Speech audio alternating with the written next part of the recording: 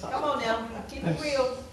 And see, one thing I tell people is, sin starts off as a thought. Did you know? Oh yes, oh yes. It don't start off it starts off as a simple thought that you play around with in your mind. Right.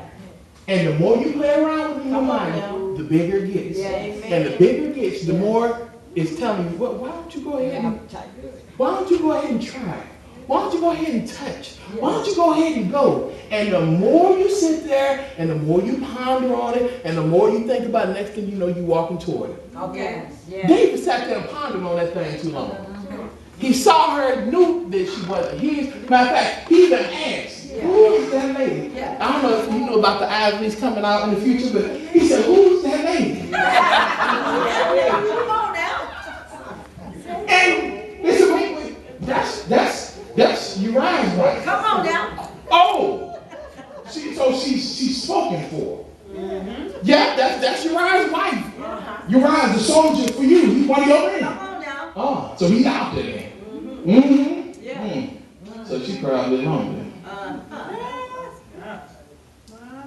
Come on. Tell her to come on by here. I just want to talk to her. I just want to talk to her. So then, instead of the sin being away from, now you bring it up to you. Watch it, I believe in Job, it says, who can bring fire? Is it Job? Who can bring fire to their bosom and not be burned? Who can do that? Who can? I don't know nobody that can bring fire into their bosom and it just don't sit there. But if you bring it close enough, it's going to burn you. And see, that's the issue. Sin leaves scars. You better help us. Sin will leave a scar. You may be delivered. Come on now. You may be healed, but you're going to have a scar. You're going to have a scar. It's going to be a constant memory of what you've done. Where you've been. Huh? Sin leaves scars. So here's David. He slept with this woman. Slept with her. Sent her home. Come to find out, you pregnant. How that happened? Oh, please, come on. You pregnant. So now David, what he did, he now got to figure out, now how are we going to fix this? I know y'all ain't never done that, but how are we going to fix this? I know I shouldn't have done it, but now I got to fix this. All right. And now, okay. Oh, I got you. I'm calling her husband. That's what I'm going to do. I'm going to call her husband, bring him home. If I bring him home, he sleep with her, he the baby daddy. It's simple. He ain't going to know nothing, you know. Called him home. Come on now. And this man was something. Yeah. You talking about loyal. Yeah. This man was something. Yes, he was. And you saw how loyal he was. Why in the world would you even go on with this plan? Come on now. That's right. How could you do something like that? Yeah. And he tried to send him home. He said, if all the other troops out there sleeping in tents, doing all this, how in the world am I going to go home? Come on now. Wow. Sitting up in my house, feet kicked up, with my wife just chilling. Yeah. I can't do that. As long as they out there, I got to be Come on. where I'm in service. Yes, sir. I wish we had saints like that. All right. I got to be in service. All right. Regardless of what everybody else is doing, I got to stay in service. Because I'm a soldier in the army. I don't care who called me, when they called me, I'm always On the battlefield. Oh, I like that. Uriah was a soldier for real. Yeah. While somebody else would have said, well, thank you. I appreciate you. I ain't going back. Uriah said, no. No. I ain't going to become. I will sleep outside your doors. Yes, he did. Yes, he did. I'll be here for you. We need somebody that's going to sleep outside Come on now. his doors. Come on now. Come on now. Come on. Come on. Write it down. I said, we need somebody that's going to sleep outside his doors. Word. People that's going to really be armor bearers and not tellers. Okay. Come on, preacher. Preach. Go. And here we have Uriah bugging David now. And see, David saw good in him. You know who David reminded me of? Saul. He reminded me of the person he replaced.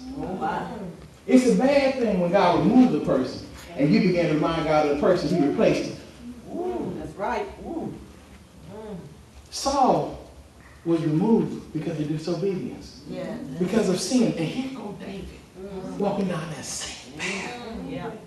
God help us if we walk down the same path that they walked in the past, doing the same stuff, reminding you of why you got rid of them in the first place. My God. And so David got so irritated with Uriah. He said, all right, I can't do this. I tried to get him drunk. Tried to say he just won't go home. David wrote a letter. Yeah. And the thing that got me when I read this, he gave the letter to Uriah. It was a death letter. A death letter. Right. Yes, sir. He walked his own death letter back to the captain of the army. My Savior. At no point did he question his leadership, David's leadership. He said, whatever you put in this letter, I'm taking it back. My God. He didn't stop and read it for himself. Yeah. What is this? But because he was loyal. Because he was a real soldier. My God. He said, I'm going to take this. I don't care what it says, I'm taking it. And see, if we would just go ahead and learn how to carry the letter. Come on now. Come on. If I would just learn how to carry, I may not understand everything that's going on. But I know that he gave me a letter. Come on, God. And he told me to carry it. Glory to God. Carry the letter. Even though it may be uncomfortable. Carry the letter. Even though it's going to take you to your death. Carry the letter. Carry the letter. And Uriah carried the letter. Carried it all the way back. Not even caring that David had issues. He said, you know, I don't care what your issue is. I'm going to make sure I don't carry your issues out. All right. I'm not going to piggyback off your issues. I'm going to be the man of God told me to be. Yes. Even though you may see flaws in leadership, that don't mean you go out there and tell them you ain't no good. Yeah. You walk out God's purpose regardless. It ain't for you to finger point. My God. It's easy to finger point. Yes. Look at you. Ain't that something? You ain't tie your shoe fast. You should be ashamed of yourself. It's easy to do that. Yeah. But oh, when you on the stage, you don't want nobody to see nothing about you. That's right. You want to be flawless, but you full of issues. My God. You know what? When I look at the Bible is full of folk with issues. Yes. And you know what? It seems like the more issues they had, the more God wanted to use them. Yes. That's Yeah. That's good. Come on. Did he call anybody out the club in here? Yes, sir. Did he call anybody off the street in here? Did he call anybody from drugs in here? Then I guess the same guy that was doing it back then is still doing it today. He wants you regardless of your issues. That's right. So who are we when folk come in with issues and tell them they ain't good enough to stay? Oh my God. Oh Lord. Oh God, that's Help us. Oh my God. And so Uriah takes the letter.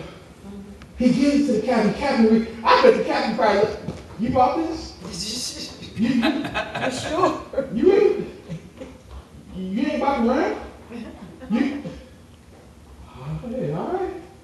Cool. All right, that's a special right there. Right there, that was something I don't want to put them out there. But I know I got to follow him. But that was, you so loyal. I'm scared to lose somebody like you. Yes. Huh? Yeah. You brought this to me? When the king said to say, you are to die? And yet still you carry this out? Remind me of the man in Jesus. Come on.